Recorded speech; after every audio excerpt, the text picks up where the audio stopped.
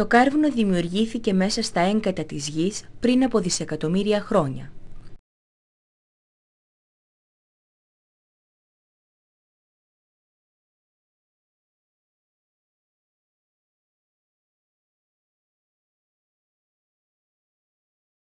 Μεγάλες εκτάσεις με πλούσια βλάστηση καταπλακώθηκαν από διάφορα πετρώματα λόγω της μετακίνησης των γεωλογικών πλακών.